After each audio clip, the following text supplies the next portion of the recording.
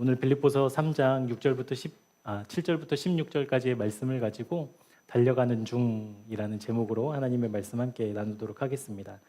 오늘 설교의 목적은요, 우리가 그러니까 신앙생활을 지금 우리가 하고 있잖아요.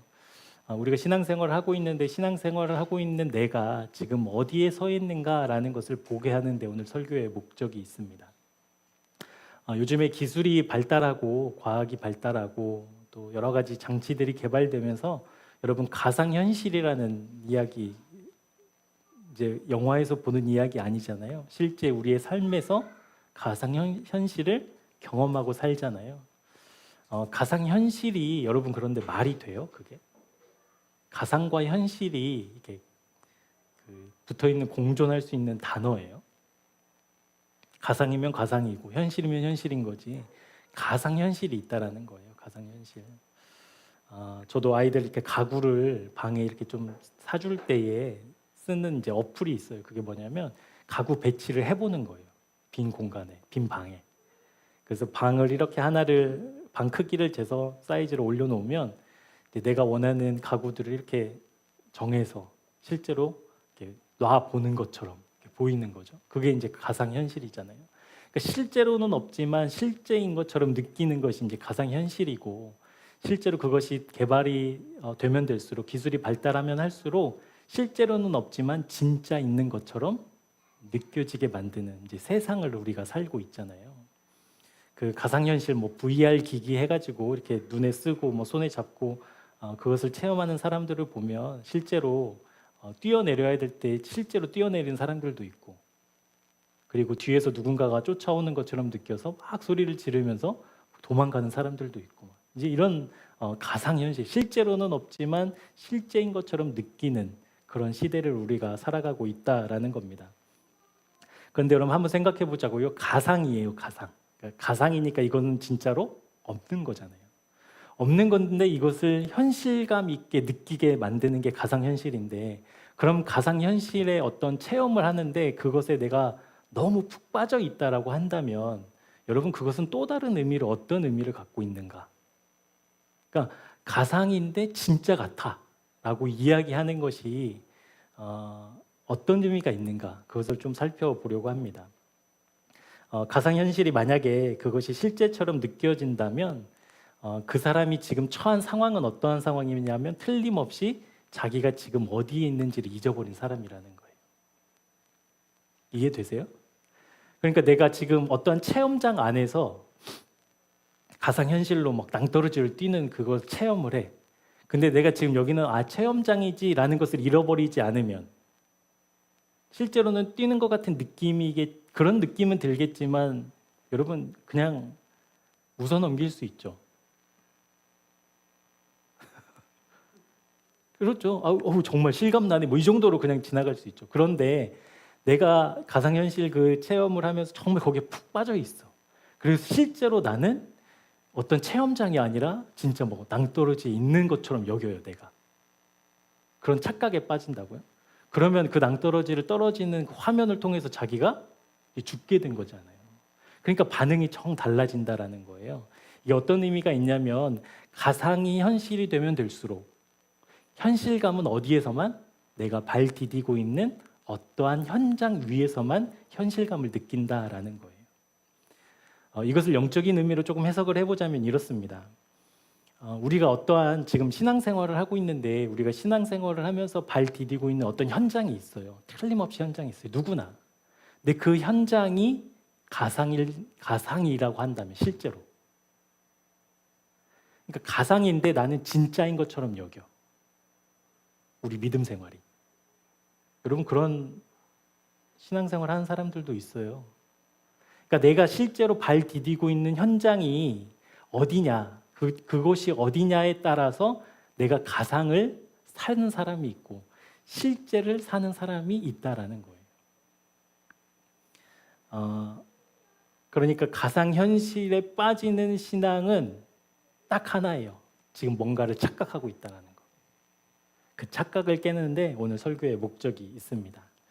여러분 전쟁터에 파견 갔다 오면 군인들이 그 전쟁 후유증 뭐 이런 거에 이제 많이 고통스러워하고 심리적인 치료들을 받고 있잖아요. 제가 어떤 영상을 보니까 아들이 이제 아프가니스탄인가 거기에 이제 파병을 갔다가 왔어요. 와가지고 그 전쟁 후유증이 이제 막 심하게 앓고 있다가 어느 날은 갑자기 그것이 이제 실제로 다가온 거예요, 자기에게는. 그래서 온 가족이랑 함께 이제 평안한 행복한 삶을 살고 있다가 갑자기 이 아들이 자기 방으로 뛰쳐 들어가서 군복을 챙겨 입고 막 군장을 챙겨 들고 전쟁터에 나가야 된다고, 지금 적군이 쳐들어왔다고 막 그러면 소리를 지르면서 이제 막 난동을 부리는 거예요. 그러니까 이 사람에게 현실은 어디예요? 지금 아버지와 함께 가족들과 함께 살고 있는 이 집이 현실이 아닌 거예요. 어디가 현실인 거예요? 전쟁터가 현실인 거예요. 그래서 이게 막 소란하고 요동이 나니까 이제 주변 사람들이 이제 경찰에 신고해서 경찰들과 또 근처 군부대 군인들이 나와서 이제 막 진정을 하는데 진정이 안 되는 거예요. 그래서 이제 사고가 날 수도 있으니까 이제 막 통제를 하고 막 그러고 있는데 이 군인의 아버지가 이제 용감하게 아들을 향해 걸어가요. 걸어가서 얼굴을 딱 부여잡더니 눈을 똑바로 보고, 나 네 아빠야. 지금 너는 나와 함께 살고 있어. 전쟁은 이미 끝났어. 막 이런 소리를 막 하는 거예요. 그러니까 처음엔 들리지 않죠. 현실이 아니니까. 그런데 아버지가 호소하고 이야기하고 가슴을 툭툭 내리치고 어깨를 쓰다듬으면서 시간이 지나면서 자기의 현실을 이제 인지한 거예요. 아, 내가 아버지 집에서 지금 같이 살고 있지. 나 전쟁 끝나고 돌아왔지라는 것을. 그래서 이 아들이 이제 펑펑 울면서 미안하다고, 죄송하다고 이제 그렇게 이야기하는 것을 봤거든요. 여러분, 그래서 가상현실, 그러니까 현실은 언제나 내가 발 디디고 있는 곳이 어디냐에 따라서 가상을 현실처럼, 그리고 현실을 현실처럼 여기게 된다라는 거예요. 그러니까 믿음의 시선에서, 믿음의 영역에서도 이것이 동일하게 유지된다라는 겁니다. 내 믿음의 발자취가, 내 믿음의 발이 지금 무엇을 디디고 있는가, 이것이 우리 신앙의 현실이라는 거예요. 신앙생활을 가상처럼 하는 분들이 어떤 분들이냐면 이런 거예요. 실제 내가 들은 것은 많이 있어서 하나님이 현실되지 않았지만 하나님이 현실된 것처럼 여기고 살아간 사람들. 우리 이제 대부분의 교인들이 이제 그렇게 살아가죠. 그러니까 교회 안에서는 거룩해요. 누구나 착하고 성실하고 정직해요. 그리고 하나님을 잘 섬기는 것 같아요. 누구보다도 하나님을 사랑하는 것 같아요. 그런데 교회 밖으로 나가면, 여러분 한번 한 주 동안 여러분의 삶 속에서, 그러니까 교회가 아니라 일상 속에서 와, 저 사람 정말 예수님의 향기가 난다, 이런 사람 본 적 있어요? 그런 분 만나본 적? 그러니까 그렇게 우리 현실이 이제 다르다는 거예요. 우리가 실제로 발 디디고 사는 현실이 각자 다 있는데 그 현실을 바르게 수정하고, 그리고 바르게 그 현실을 디디고 우리 신앙생활을 하는 우리 새생명교회 교우들 되었으면 좋겠습니다. 그래서 믿음이 무엇이냐라고 한다면, 이제 앞서 말씀드린 것과 좀 견주어서 이야기를 한다면 믿음은 현실 싸움이에요. 무엇이 현실로 삼고 살아가느냐가 이제 믿음의 싸움이라는 거예요. 믿음의 싸움. 이것을 다른 말로 표현하면 이렇게 이야기할 수 있겠습니다. 그러니까 믿음을 가진 우리는 무엇을 현실로, 무엇을 밟고 서 있는가, 무엇 위에 세워져 있는가라는 것을 아는 것, 그것이 믿음이라는 것이죠. 여러분, 우리가 현실로 느끼는 것은 너무나도 많잖아요.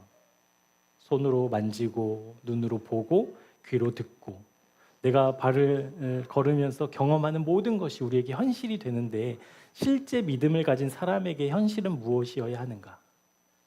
실제 주님을 내 주님이라고 고백하는 구원받은 백성들은 어디 위를 걷고 있어야 하는가라는 것을 이제 보게 되실 겁니다. 그러니까 우리가 손으로 만지고 귀로 듣고 눈으로 보는 수많은 현실들이 있죠. 현실들이 있는데 또 다른 현실이 있다고 성경은 이야기하고 있는 거예요. 그것이 무엇이에요? 또 다른 현실.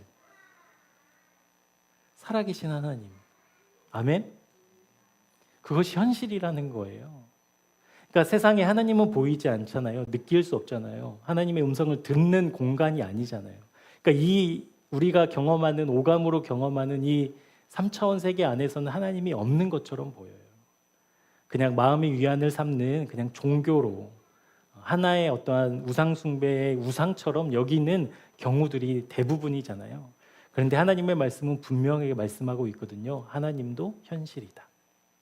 하나님도 현실이다.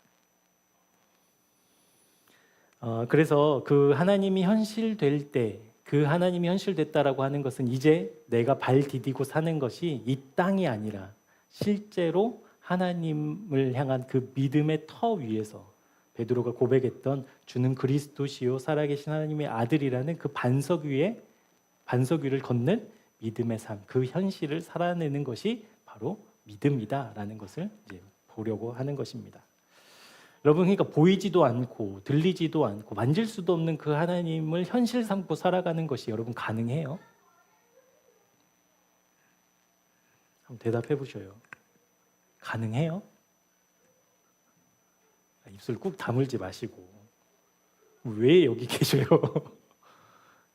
여러분 가능하시지 않으셔요? 가능하니까 우리 지금 여기 있잖아요.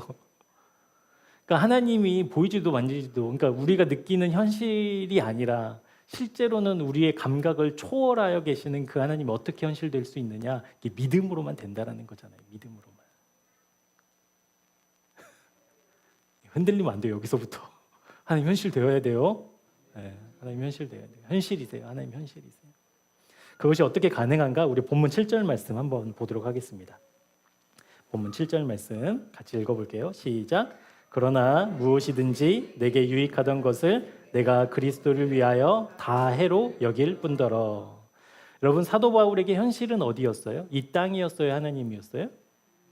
그 하나님을 현실로 삼은 사람의 특징은 뭐예요? 오늘 7절 말씀에 의하면 나에게 유익하던 것을 해로 여길 수 있는 믿음의 모습이 있다라는 거잖아요. 그러니까 내가 어디에 발을 디디고 지금 살아가고 있느냐가 우리의 삶을 충분히 반영해요. 그러니까 내가 믿음이 있는지 없는지 목사님이 어떻게 알아요? 이제 막 이렇게 이제 뭐 공격하는 분들이 혹 계신다면 이제 그 자체가 믿음 없는 거거든요. 그러니까 하나님을 실제로 현실 삼고 사는 사람은 그렇게 얘기할 수 없죠. 그렇게 얘기할 수 없죠. 자기의 믿음이, 자기의 영적 상태가 어떠한지를 분명히 알죠. 그러니까 오늘 7절 말씀에 보면 그렇게 보이지도 만지지도 들리지도 않는 현실감이 없는 하나님을 현실 삼고 사는 사람은 실제 나에게 유익한 것이 있지만 그 유익한 것을 어떻게 여긴다? 해로 여긴다. 해로. 여기서 해라고 번역된 헬라어 단어 제미야라는 단어예요. 제미야. 제미야라는 단어 어떤 의미가 있냐면 손해, 손실이라는 뜻이에요. 손해, 손실. 그러니까 나에게 유익하면 나에게 플러스가 되는 거잖아요. 그렇죠? 여러분, 돈 많으면 플러스 돼요? 마이너스 돼요? 플러스 되잖아요. 힘이 세면 플러스 되잖아요. 권력이 높으면 여러분 플러스라고요. 그러니까 플러스 전쟁을 우리는 계속 하고 있는 거예요. 스펙을 쌓고 실력을 쌓고 경험을 쌓고. 그런데 나에게 유익한 것들은 다 플러스고 나에게 좋은 것인데 실제로 하나님을 터를 삼고 하나님을 현실 삼아 그 위에서 살아가는 사도 바울은 지금 무엇이라고 고백하고 있냐면 이건 플러스가 아니야. 나에게 유익한 것이 아니야. 오히려 나에게 해가 되는 거야 라고 이야기하고 있다는 거예요. 이 영적인 계산들. 여러분, 사도 바울은 로마 시민권자였잖아요. 알 때부터. 그리고 정통 유대인이었잖아요. 머리는요? 좀 똑똑해요? 세계 그 당시 유대 최고의 석학 밑에서 수학할 정도니까 이거는 견줄 수 없는 정도거든요. 최고의 자리에 있는 거거든요, 이미. 그런데도 불구하고 왜 그것을 나에게 손해입니다, 나에게 손실입니다라고 이야기를 할 수 있었냐라는 거예요. 예를 들면 이런 거예요. 우리 청소년부 어린이부 아이들이 예배 때 저렇게 뒤에서 난리를 법석을 떨고 있지만 이제 아이들이 잘할 거 아니에요. 언젠가는 자라서 이제 청소년부 아이들 중에 이제 혹 누군가 한 명이 이제 서울대 의대를 딱 들어간 거예요. 합격을 했. 그럼 여러분 어떻게 반응하실 거예요? 조윤 형제, 우리 청소년부 한 명이 서울대 의대에 다 합격했어. 그러면 잘했네. 그러고 말 거예요? 아니면 어떻게 할 거예요? 이거 그냥 보통 축하가 아니잖아요. 하늘의 별 따기인데 그것을 땄어 실제로. 막 그러니까 이거는 뭐 박수치고 막 이제 난리법석 해야 되는 일이잖아요. 그래서 이제 어떤 집사님이 딱 가서 얘 누구누구야 정말 너 대단하다. 어떻게 모든 사람이 원하는 그 정말 바늘귀 같은 그곳을 들어갔니? 너무 너 이제 너를 향해서 이루실 하나님의 놀라운 뜻이 막 기대가 된다. 너무 나도 너무 좋다. 막 그렇게 막 칭찬을 하는데 이 아이가 집사님을 많이 쳐다보면서 정색을 하고 이렇게 얘기하는 거예요. 제가 서울대 의대 간 거는 제 인생의 실수입니다. 서울대 의대 간 거요. 제 삶의 손해예요. 여러분 이렇게 말한다고 한다면 어떤 분위기 되겠어요? 찬물을 쫙 끼얹은 거잖아요. 그러니까 사도 바울이 지금 그 얘기를 하고 있는 거예요. 나에게 유익하던 것이 세상에서는 많았어요. 그것을 다 사람들이 추구해요. 그런데 실제로 내가 갖고 있는 이 유익함은 내가 현실 삼고 살아가고 있는 하나님 위해서는 다 손해다라고 이야기를 하고 있다라는 거예요. 그러니까 그 집사님 이제 벙 쪄가지고 이제 묻겠죠. 왜 그게 손해냐고. 너 서울대 의대 나오면 이런 일도 할 수 있고 사회에서 어떻게 살아갈 수 있고 너에게 이게 도움이 되면 도움이 됐지 왜 그게 손해냐고 따져 물을 거 아니겠어요? 근데 그게 손해라는 거예요. 손해. 내가 유익하던 것을 모두 나에게는 손해요, 손실이다라고 이야기하고 있는 사도 바울. 그 이유가 8절에 나옵니다. 8절. 왜 그런 이야기들을 지금 하고 있는가? 사도 바울이 말도 안 되는 세상 물정 모르는 소리를 하고 있네 막 이런 게 아니라 실제 왜 사도 바울이 그런 이야기를 하고 있는가? 우리 8절 말씀 같이 읽어볼게요. 시작.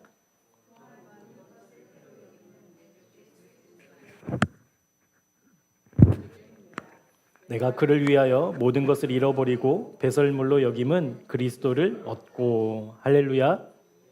지금 사도 바울이 무엇을 현실로 삼고 있었냐면 하나님을 현실로 삼고 있었다는 거예요. 하나님을 현실로. 그러니까 하나님을 현실로 삼고 있는 사람이 추구하는 것은 무엇이냐? 내가 그리스도 안에 있는 것을 확인하는 거예요.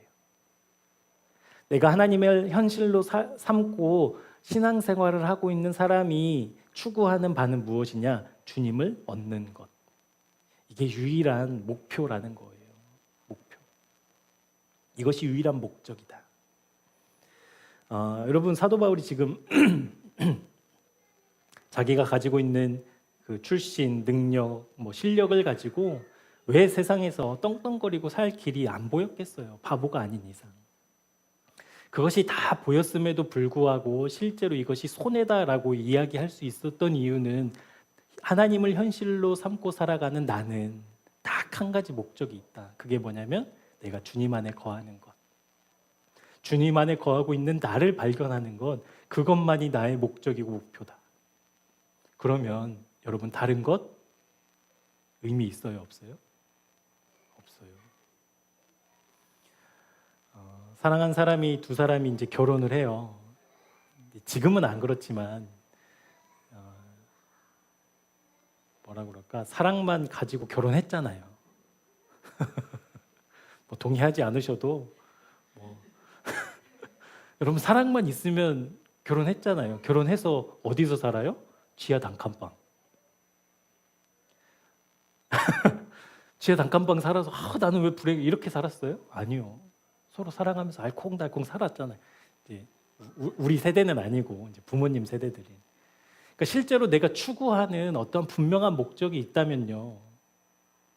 그 나머지 것들은 의미 없는 게 되잖아요. 제가 고등학교 다닐 때 아직도 잊혀지지 않는 그 이미지가 있어요. 어떤 이미지가 있냐면 토요일인데 햇살이 쨍쨍하게 내리쬐고 너무 선선한 그 가을 하늘. 지금 딱 이맘때에 토요일 오전이 딱 제 머릿속에 있어요. 왜 있냐면 나가서 놀고 싶은데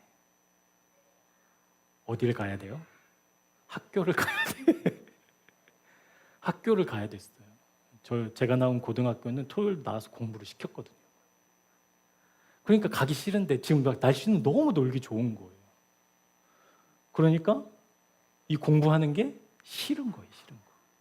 공부를 열심히 하면 훌륭한 사람 되는 줄 알죠. 지금 잠깐 노는 거 뒤로 하고 내 미래를 위해서 투자하는 거 알죠. 아는데 나의 현실은 놀고 싶은 거예요. 그러니까 공부하는 게 다 소용이 없는 거예요. 그러니까 지금 무엇을 현실 삼고 있느냐, 그것이 우리의 믿음도 결정하지만 우리의 삶도 사실은 결정해요. 그러니까 사도 바울이 가지고 있는 유익함을 다 뒤로 하고 주님을 추구했다라는 것을 우리가 말씀을 통해서 보고 있거든요. 그러니까 믿음은 현실 싸움이라고 했는데 이 현실 싸움을 다른 말로 표현하면 가치 싸움이에요. 가치 싸움. 이게 무슨 말이냐면 내 마음에 있는 것이 가치가 되잖아요. 그러니까 그 내 마음에 무엇을 현실로 들어오게 하고 삼고 있느냐. 그러니까 이제 마음의 이제 영적 전쟁터를 이야기하거든요. 2004년 7월 17일이라는 날짜, 여러분 어떤 날인지 혹시 알고 계셔요? 2004년 7월 17일. 모르세요? 유명한 날인데. 2004년 7월 17일이 어떤 날이냐면, 네? 아니요. 쌍둥이 빌딩이요? 아니요. 저랑 제 아내가 사귀기로 한 날이에요. 근데 중요한 거는 뭐냐면, 여러분 그 날짜가 정확하지 않다는 거예요. 그냥 언젠가 만나기로 했고 언젠가 사귀기로 한 거는 같은데 그때쯤에 뭐 했던 공휴일이 하나 있었거든요. 그게 뭐 이렇게 보니까 앞뒤로 뭐 재연절밖에 없어요. 그래가지고 그럼 이날부터 우리가 사귀는 날로 하자 해가지고 지금도 이제 기억하고 있거든요. 근데 여러분 그 날짜가 정확하지 않다고 제 아내가 저한테 한 번도 뭐라고 하거나 아니면 제가 제 아내한테 아니 어떻게 처음 만나서 사귀는 그 역사적인 날을 제대로 기억하지 못할 수 있느냐고 핀잔 준 적 없거든요. 왜냐하면 지금 살아가는 지금이 그 날짜를 기억하는 것보다 더 중요하니까. 맞죠, 여러분? 여러분 결혼식 왜 그때 더 성대하게 하지 않았냐고 막 그거 따지는 부부 계셔요? 지금 그게 중요해요. 내가 남편으로 아내로 잘 사는 게 중요해요. 그러니까 그걸 따지는 사람이 없거든요.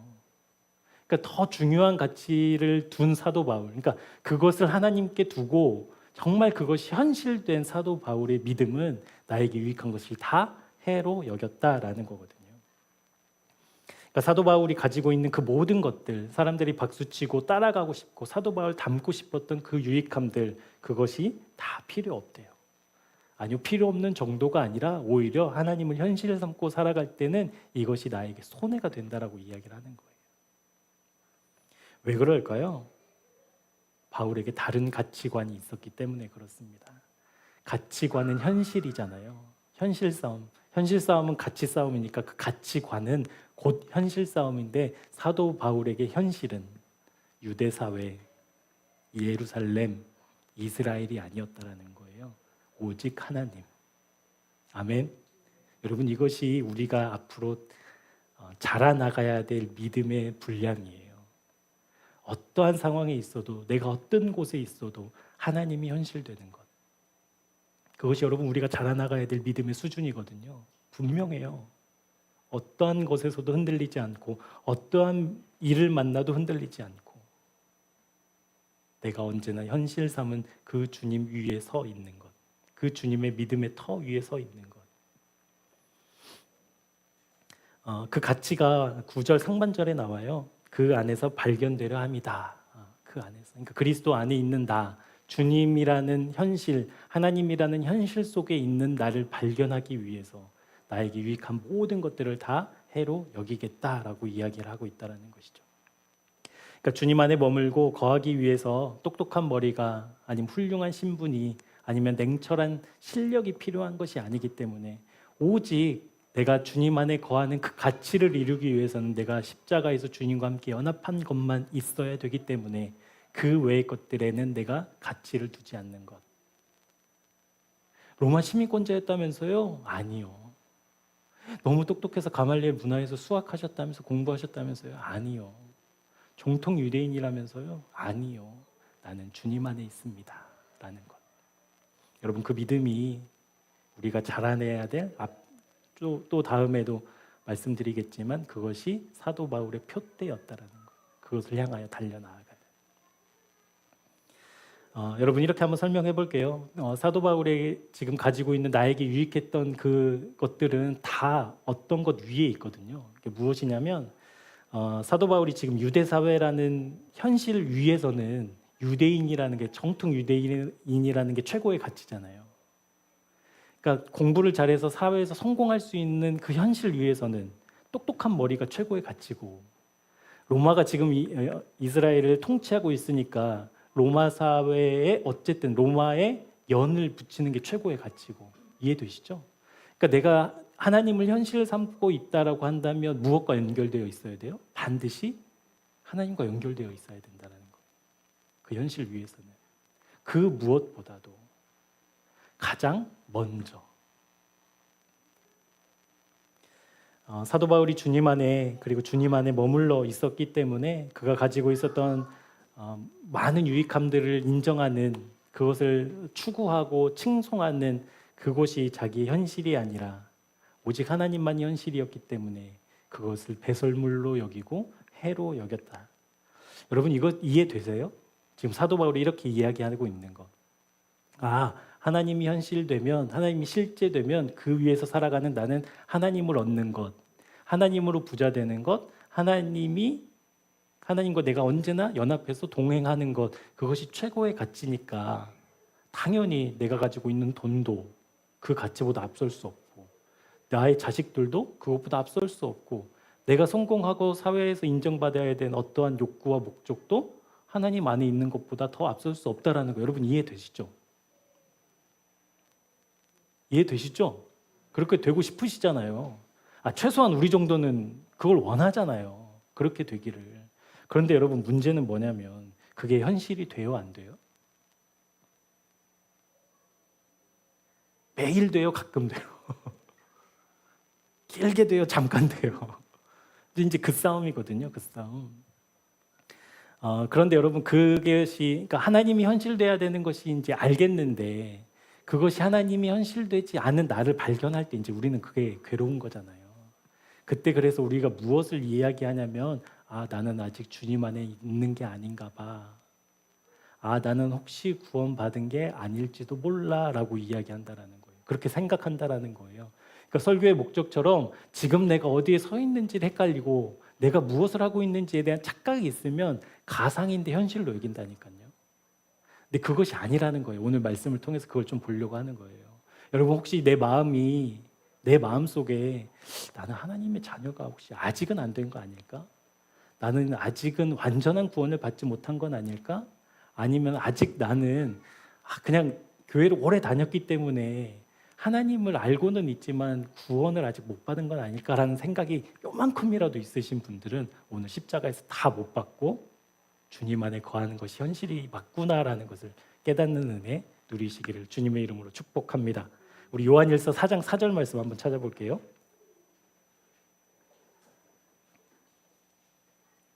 요한일서 4장 4절 말씀.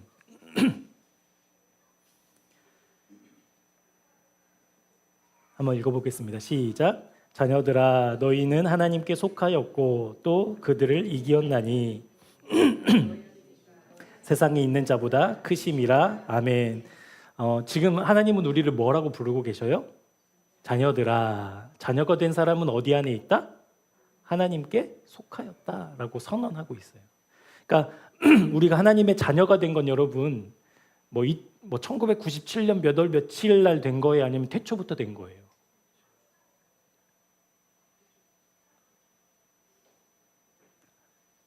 어디부터? 그렇죠. 1997년은 내가 확인한 날이고, 맞죠? 내가 하나님의 자녀였구나를 확인한 날이고, 실제 하나님이 나를 자녀 삼은 것은 태초부터였다고요. 내가 이 땅에 태어나기 전부터. 그러니까 지금 요한일서는 뭘 얘기하고 있냐면, 자녀들아, 너희들 다 자녀야. 자녀라고 한다면 어디 안에 있다? 하나님께 속한 사람들이다.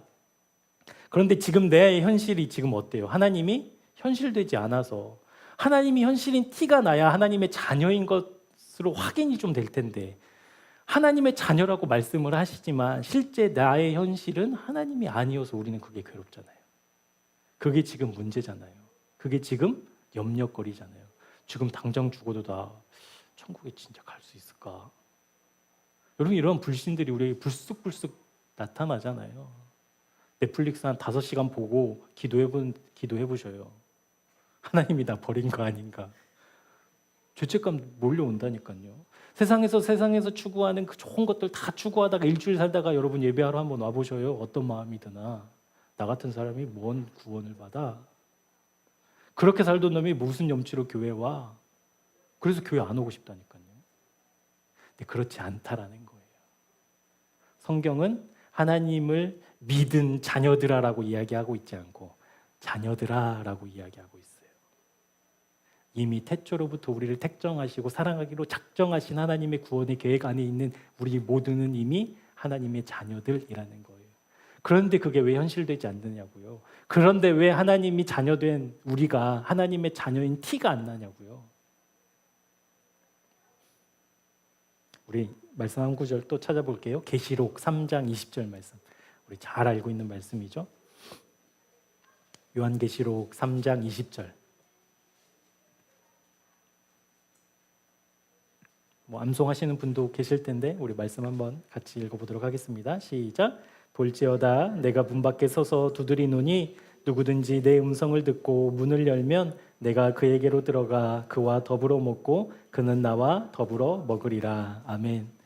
정말 은혜의 말씀이죠. 그러니까 하나님이 우리의 마음의 문을 두드리셔서 그 소리를 듣고 문을 여는 사람에게 연합해서 함께 하시겠다라는 약속이니까 든든하죠. 그런데 여러분, 이것은 우리가 불신자들, 그러니까 하나님을 믿지 않고 모르는 사람들에게 지금 주님이 당신의 마음의 문을 두드리고 있습니다라고 쓰는데, 실제로 이 말씀은 누가 이 말씀을 지금 보는 거예요? 누구에게 이 말씀을 전한 거예요? 네? 자신 있게 말해도 돼요. 교회잖아요, 교회. 어떤 교회? 라오디게아 맞죠? 빌라델비아라고 한 거 아니죠? 라오디게아 교회에게 지금 이 말씀을 하고 있는 거예요. 그러니까 예수님이 지금 마음의 문을 두드리는데 이 마음은 누구의 마음이에요? 교인들의 마음이에요. 믿는 사람들의 마음이라고요. 그런데 여러분 생각해 보세요. 문을 안 열었어요. 그러니까 두드렸겠죠. 그런데 이 사람이 교인이에요? 믿음의 사람이에요? 주님이 그 안에 들어가시지 않고 주님과 함께 먹고 마시지 않는 그 사람을 믿음의 사람이라고 구원받았다라고 우리 얘기할 수 있어요?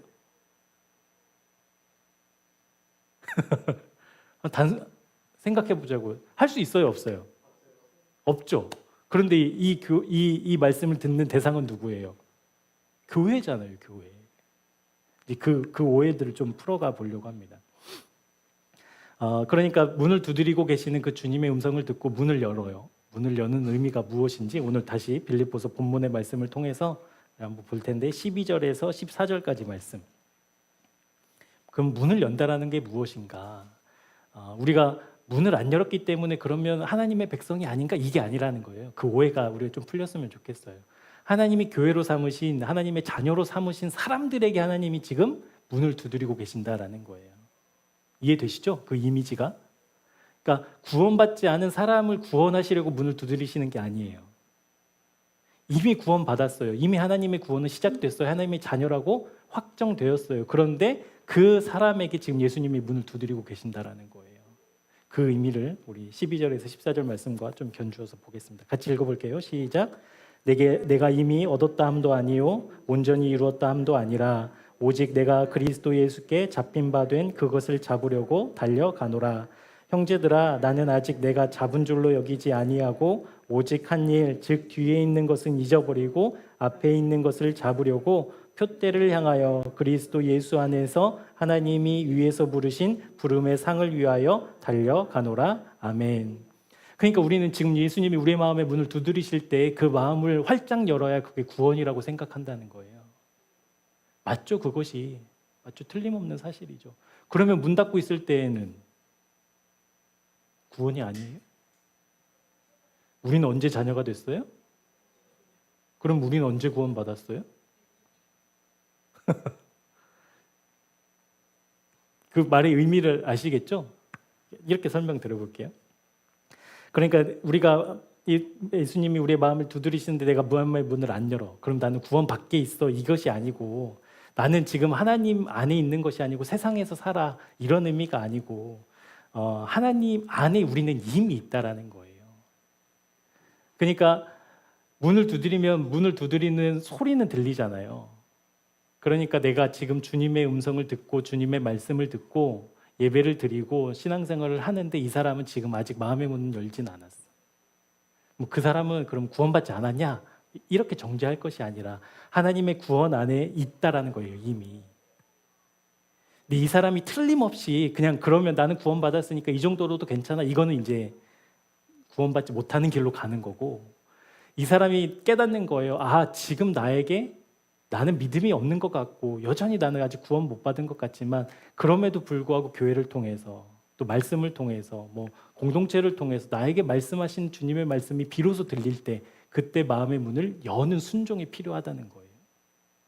근데 사람들은 여는 것도 누가 해야 돼요? 하나님이 해야 된다고 생각하는 거예요. 하나님 열어주세요, 내 마음.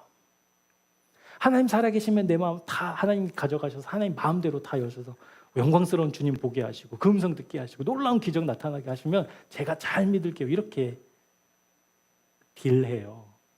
근데 하나님 그렇게 역사 안 하시잖아요.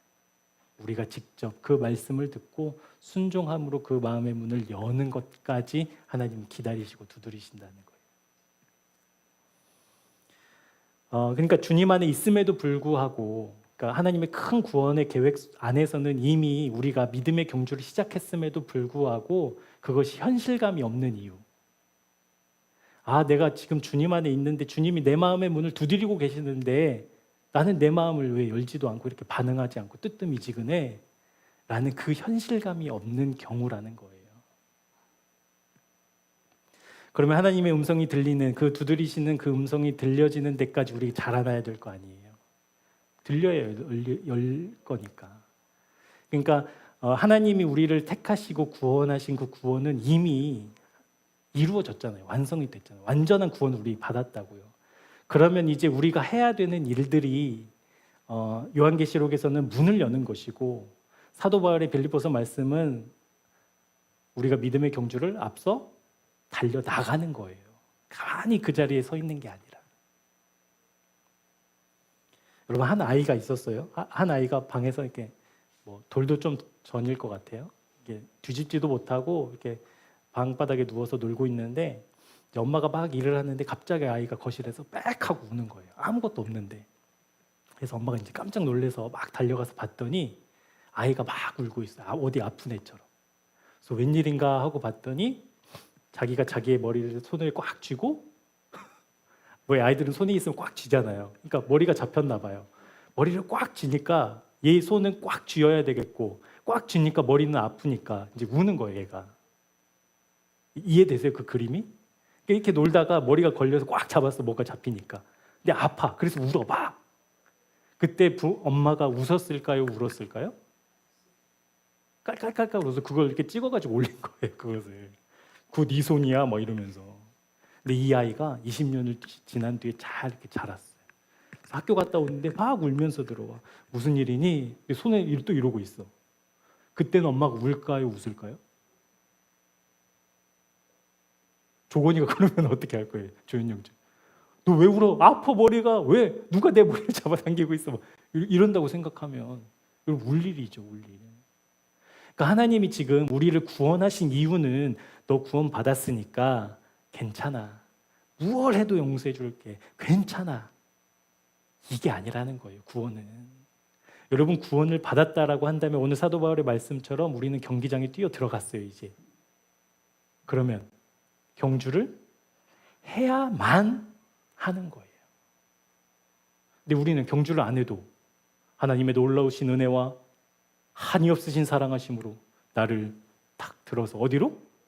천국 문 앞에 탁 갖다 놓는 걸 원한다고요. 아니요, 구원은 그런 게 아니라니까요. 하나님이 구원해 주신 우리를 이제 하나님의 현실 삼아 하나님의 터 위에서 믿음의 경주를 하라고 경주를 시작했는데 우리는 여전히 내 머리카락 내가 쥐어뜯으면서 아프다고 울고 있는 어린아이처럼 살아서는 하나님의 근심이요 슬픔으로 살 수밖에 없다라는 거예요.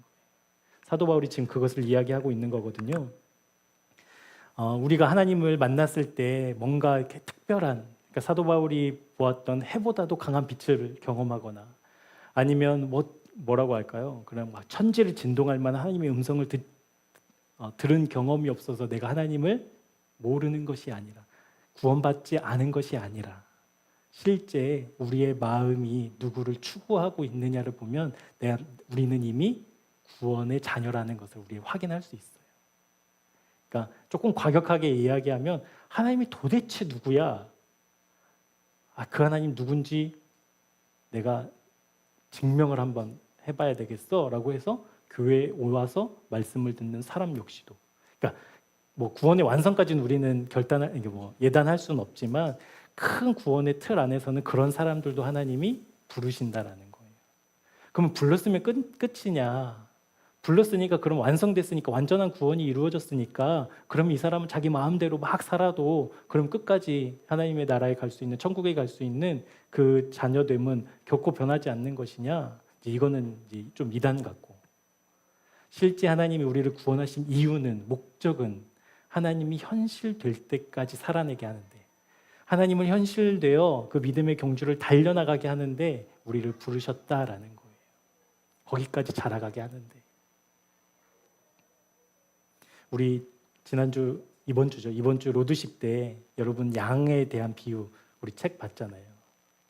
우리 양은 막 나약하고 고집세고 막 나쁜 이미지였는데 폴 오셔 목사님 뭐 어떻게 이미 그 설명을 하셨어요? 그 양이 실제는 그런 의미가 아니라 주인의 음성에 듣는 존재가 양이니까, 그런 의미로 이제 양을 비유 삼았다 이렇게 말씀하셨잖아요. 그러니까 그 양이 양으로 태어났다고 해서 그 목자의 양이 될 수 없다라는 거예요. 언제 비로소 목자의 양으로 자라나느냐? 목자의 음성에 반응할 때 비로소 너는 내 양이야, 우리 양이야, 이제 이렇게 품어주시는 데까지 자라는 것이 우리의 몫이라는 거예요. 하나님이 원하시는 것이 바로 그곳이라는 거예요. 하나님 알죠? 저 구원 받았어요. 태초로부터 구원하셨대요. 그러니까 저는 구원 취소될 수 없어요. 이건 믿음 아니고 하나님 이용하는 거고, 실제로 나를 부르신 그 하나님이 현실된 믿음의 사람이라고 한다면, 하나님, 내가 이 연약한 내가 주님께 더 믿음의 경주를 앞서 나가 주님의 기쁨으로 살아가는 사람으로까지 자라나기를 원하고, 언제나 어떤 순간이나 하나님과 분리되지 않고 하나님과 연합하여서 내가 숨쉬고 내가 먹고 내가 마시고 내가 보고 느끼고 모든 것들 속에서 주님과 함께 하기를 원하는 믿음의 사람으로 살기를 원한다라고, 그곳까지 자라나기를 소망하는 사람이 되기를 하나님 원하신다라는 거예요. 잘 느껴지지는 않지만, 실감은 나지 않지만, 아직 현실되지는 않았지만, 그럼에도 불구하고 우리의 마음의 문을 열 때 비로소 하나님이 현실된다라고 한다면 우리 분명하게 기도하셔야 돼요. 하나님이 나에게 말씀하실 때 하나님 순종하겠습니다. 하나님 순종하고 싶습니다. 그 믿음 저에게 허락해 주십시오. 그 말씀이 들려질 수 있도록 내 귀를 열어주십시오. 우리 기도해야 되거든요.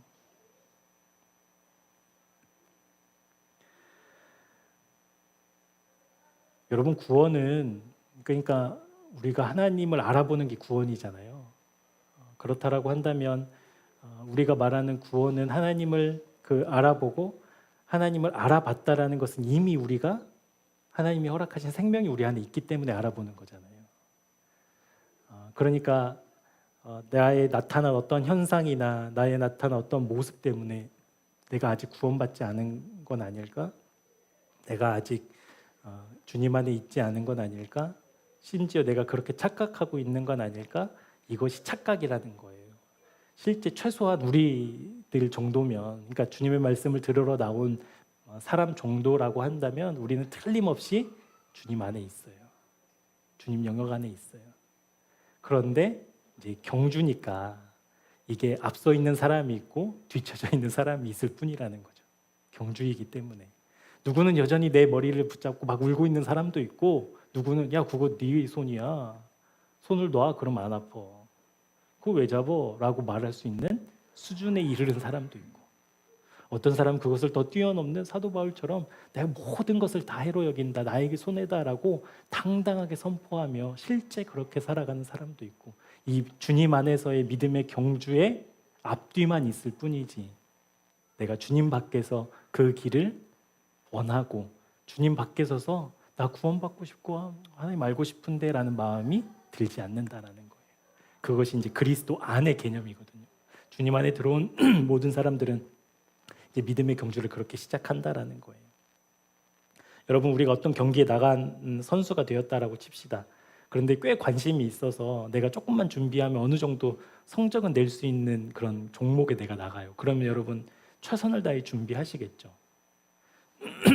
그런데 만약 예근 형제가 야구 좋아하니까 우리나라 국가대표로 올림픽에 출전하는 선수가 됐다고 쳐요. 이거는 부담이에요, 수치예요? 아니 영광이에요, 수치예요? 제가 말 잘못했어요. 영광이에요, 수치예요? 수치예요. 왜냐하면 나는 그런 존재가 아니잖아요. 무슨 말인지 알아요? 그러니까 영광은 자기 분수를 모르는 사람들은 나 국가대표 됐었지만 실제로 한 나라를 대표하는 그 엄청난 무게에 걸맞은 실력을 갖고 있지 못한 나를 아는 사람이라고 한다면 이건 수치거든요, 수치. 나가서 뭐 뻔하잖아요, 그러면. 나라의 나라의 뭐라고 하죠? 먹칠을 하고 돌아올 게 뻔하잖아요.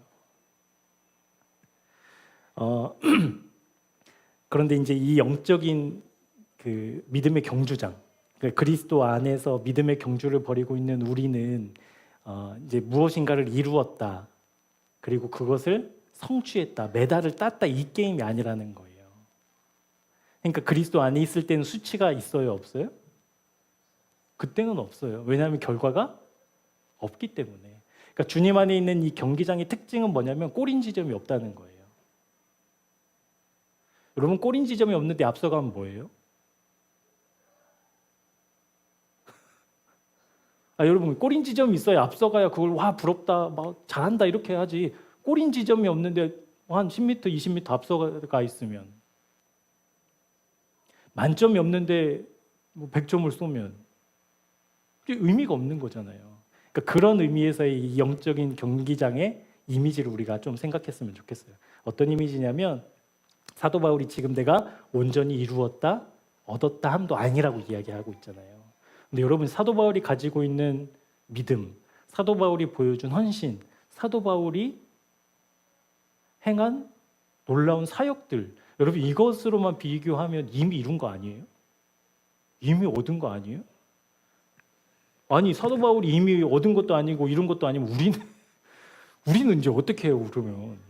여러분 구원에서 이거는 멀어도 한참 먼 사람들이잖아요. 우리는. 그러니까 사도 바울은 자기가 죽음을 각오하고서라도 복음을 전하러 갔고, 사람들에게 돌로 치고 뭐 옥에 갇히고 조롱도 당하고 파선하고 뭐 이런 숱한 어려움을 겪으면서도 하나님을 붙잡는 그 믿음으로 살았던 사도 바울이 이미 얻은 것도 아니고 이루었던 것도 아니라고 한다면 여러분 우리는 어떡하냐고요. 그러니까 이 믿음의 경주장 안에 꼬린 지점이 없어요. 이건 하나님만 알아요. 그러니까 사도 바울의 입장에서는 지금 믿음의 경주를 막 열심히 했어요. 순종하면서 막 죽음의 위협을 무릅쓰면서 막 열심히 달리기 했어요. 그런데 뒤를 돌아봤더니 어렵고 힘든 사람들도 있다라는 거예요. 실제로. 그러니까 사도 바울과 함께 복음을 전했지만 떠난 사람들이 있었잖아요. 그럼 믿음이 연약한 사람들도 있고, 아니면 저 뒤에 있는 사람들도 있고, 그리고 내 앞에 있는 믿음의 선진들도 또 있고. 그러면 이제 꼬린을 해야 되는데, 그래야 내가 이루었다라고 말할 수 있는데 꼬린 지점이 없으니까 뭐라고? 나는 여전히 그냥 달릴 뿐이다라고 이야기하고 있다라는 거예요. 이게 믿음의 경주예요. 믿음의 경주. 그러니까 우리가 앞으로, 그건 좀 이따 말씀드릴게요. 그러니까 이 꼬린 지점이 없는 믿음의 경주장에서 우리가 해야 되는 모습이 어떤 모습이냐면, 우리가 취해야 되는, 우리가 이 믿음의 경주를 뛰는 선수로서의 자세가 어떠해야 되냐면 13절, 14절 말씀 제가 읽어드릴게요. 형제들아, 나는 아직 내가 잡은 줄로 여기지 아니하고 오직 한 일, 즉 뒤에 있는 것은 잊어버리고 앞에 있는 것을 잡으려고 표대를 향하여 그리스도 예수 안에서 하나님이 위에서 부르신 부름의 상을 위하여 달려가노라. 아멘. 그러니까 사도 바울이 지금 하고 있는 일은 우리가 봤을 때는, 그 믿음의 경주에서 봤을 때 세상의 가치, 세상의 현실 삶은 우리들의 눈에는 어떻게 보이냐면 고린 지점에 가까운 것처럼 보여요. 아니요, 거의 1등에 가깝죠. 그런데 사도 바울의 현실은 하나님이었고, 하나님의 현실된 사도 바울의 믿음의 경주는 내가 지금 앞서갔느냐 뒤처졌느냐가 중요한 게 아니라 믿음의 부르심에 합당한 그 상을 위하여 뭐 한다? 지금 한 걸음 내딛는 것이 사도 바울의 경주였다라는 거예요. 여러분 그렇다라고 한다면 우리의 믿음 생활도 똑같아요. 우리의 신앙 생활도 똑같아요. 어려움이 있죠. 힘듦이 있죠. 그런데 그 믿음의 경주는 지금 내가 그 문제를 하나님의 놀라운 능력으로 해결하고 기도해서 막 하나님 발이 없으시겠지만 막 바지가랑이 붙잡고 막 어떻게든 떼써가지고 이뤄내서 다 이거 하나님이 하셨어요라는 간증을 하는 게 그 싸움이 아니라 실제 지금 나에게 현실된 하나님을 확인하고 한 걸음 내딛는 것이 우리의 신앙생활이다라는 거예요.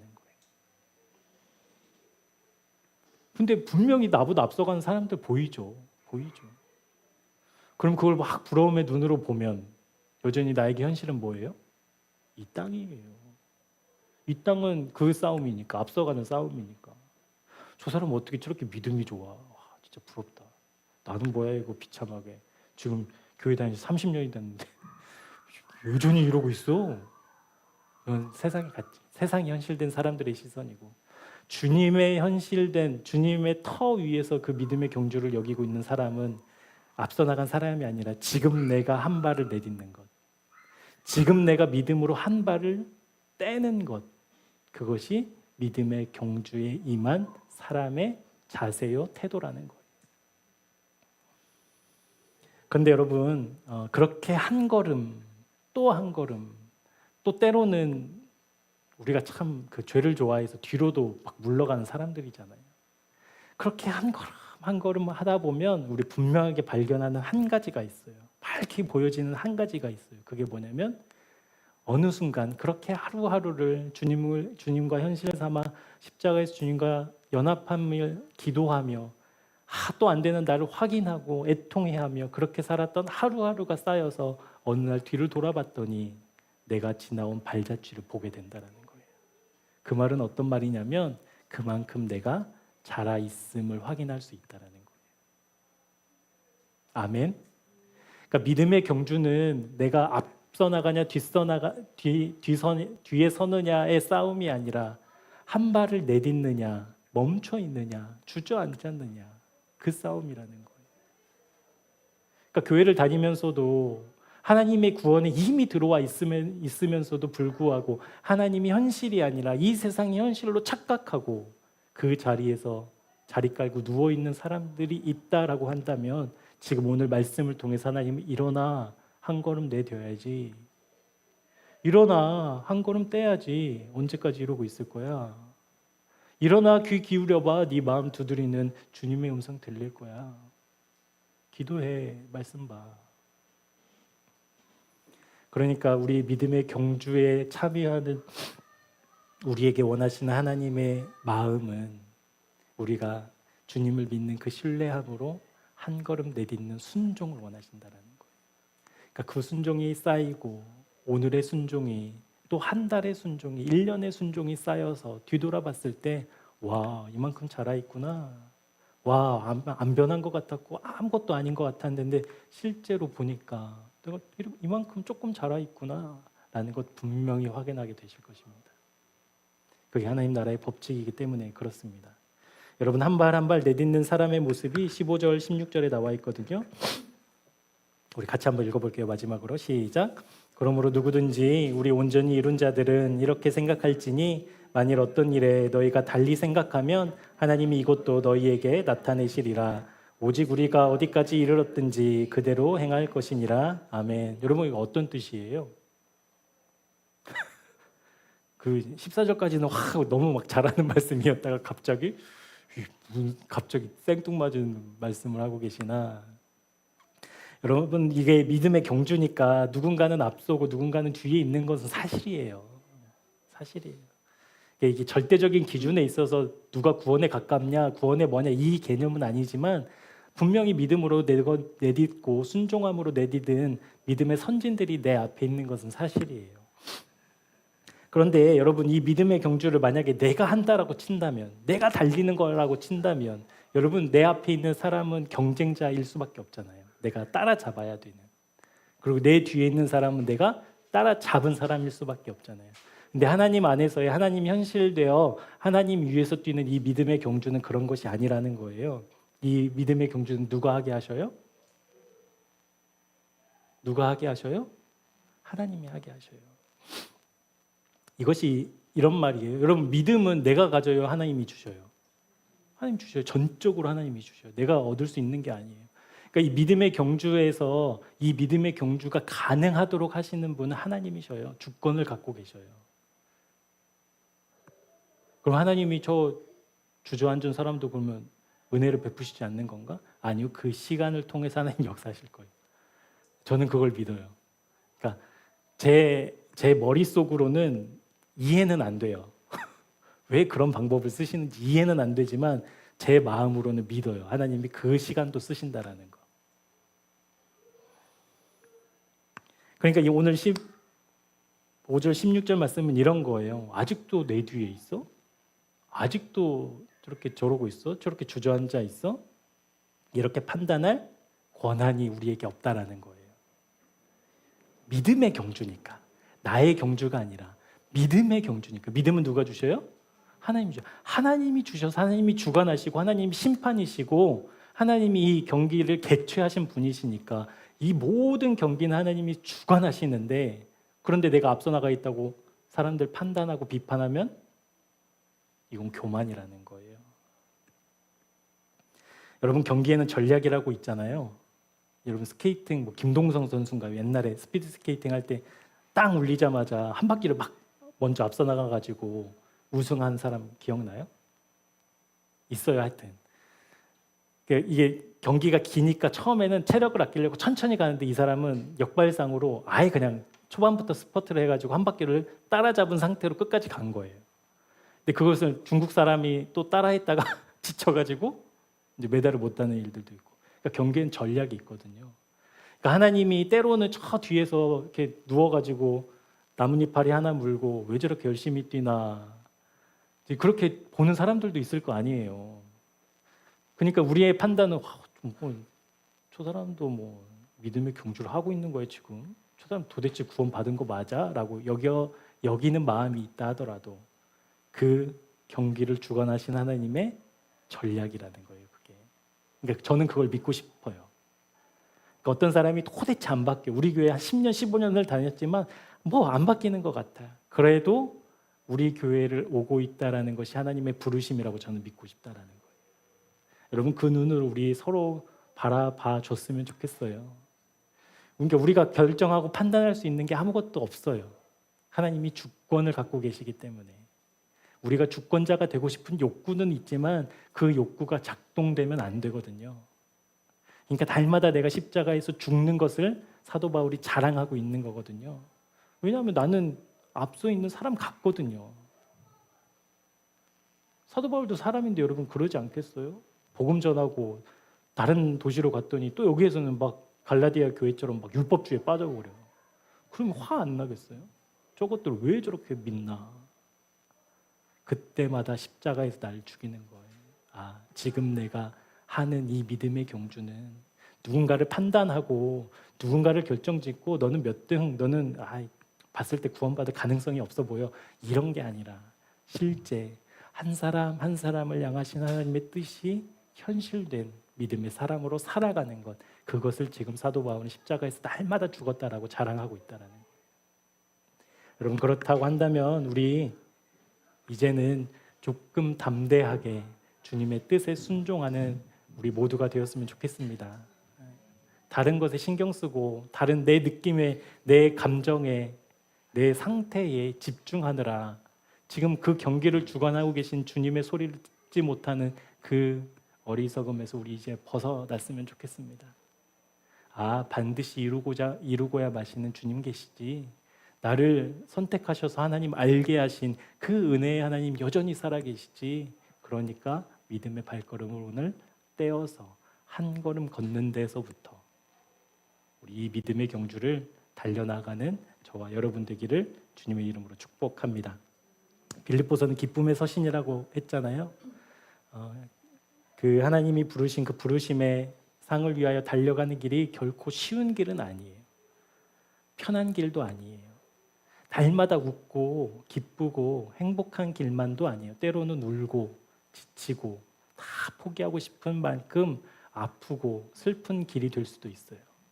그럼에도 불구하고 우리 믿자고요. 그 시간도 하나님 사용하셔서 우리 자라게 하신다고. 그 시간도 하나님 손 안에 있다고. 이 어려움도, 이 막막함도, 이 두려움도 주님 알고 계신다고. 그래서 두렵지만, 염려되고 걱정되지만 믿음으로 한 걸음 내딛는 순종하는 나 되게 해달라고 우리 기도하는, 그래서 그 기도가 현실되어 내가 지금 달려가고 있구나. 달리 이 경주를 멈춰서는 안 되지. 한 걸음이라도 앞서 가야지. 한 걸음이라도 내딛어야지 라는 그 순종의 마음 우리에게 부어주셔서 날마다 주님이 현실된 그 감격 누리며 사는 주님의 백성들 되기를 주님의 이름으로 축복합니다. 기도하겠습니다. 하나님, 우리는 수많은 현실들 속에서 살아갑니다. 손에 잡히고 눈에 보이고 귀에 들리는 모든 것이 우리에게 현실되어 그것들의 기준에 맞추어 살아갑니다. 그런데 하나님께서는 오늘 우리에게 분명하게 말씀하셨습니다. 하나님이 현실되어야 한다고. 하나님이 현실된 믿음의 사람이 되게 해주십시오. 하나님이 현실되어 내가 보고 듣고 느끼는 모든 것이 주님을 통해 받아들이는 믿음을 허락해 주십시오. 하나님께서 달리게 하신 믿음의 경주장에서 하나님이 현실된 믿음의 사람으로 기쁘게 달리게 해 주십시오. 가만히 멈춰있는 나의 발걸음을 깨닫게 하시고 보게 하셔서 주님의 마음을 깨달아 한 걸음 내딛는 은혜 누리게 해 주옵소서. 그렇게 부름의 상을 위하여 달려가는 교회, 우리 교우들, 우리 모두가 되기를 원합니다. 주님, 하나님 현실된 복 누리게 하여 주옵소서. 예수 그리스도의 이름으로 간절히 기도합니다. 아멘. 하나님, 우리를 주님 품 안에서 믿음의 경주를 시작하게 하신 하나님의 놀라우신 사랑을 찬양하며 감사합니다. 수많은 현실들 속에서도 주님이 현실되어 믿음으로 달려가야 하는 믿음의 경주장에서 괴로움과 고통과 슬픔이 아닌 우리를 부르신 주님의 부르심이 실제되어 기쁨과 찬송과 감사로 달려나아가는 우리 모두가 되게 하여 주옵소서. 그러기 위해서 우리를 부르신 주님이 현실되어야만 합니다. 우리가 거하는 모든 것이 주님 안이어야 합니다. 그러하오니 주님, 날마다 믿음의 한 걸음 내디딜 때마다 점점 선명해지고 분명해지는 주님을 바라보는 믿음의 눈 열리게 하여 주옵소서. 특별히 돌아오는 주일에 복음축제가 있습니다. 하나님의 말씀을 듣는 그 귀한 자리에서 복음이 실제가 되어 현실이 되어 주님의 마음이 분명히 깨달아지는 은혜를 누리는 시간 되게 하여 주옵소서. 우리 교우들의 마음을 붙잡아 주셔서 정직하게 주님 앞에, 주님의 말씀 앞에 서는 은혜의 시간 되게 하여 주옵소서. 이제는 우리 구주 예수 그리스도의 은혜와 하나님 아버지의 사랑하심과 성령님의 이끄시고 인도하시는 역사가 주님 안에 있음을 믿음으로 깨닫고 믿음의 경주를 시작하는 주님의 사람들과 한 걸음 한 걸음 주님을 향한 믿음의 발걸음을 내딛기를 결단하는 주님의 백성들 위해 지금부터 영원토록 함께 하옵시기를 간절히 축원하옵나이다. 아멘. 주님 감사합니다.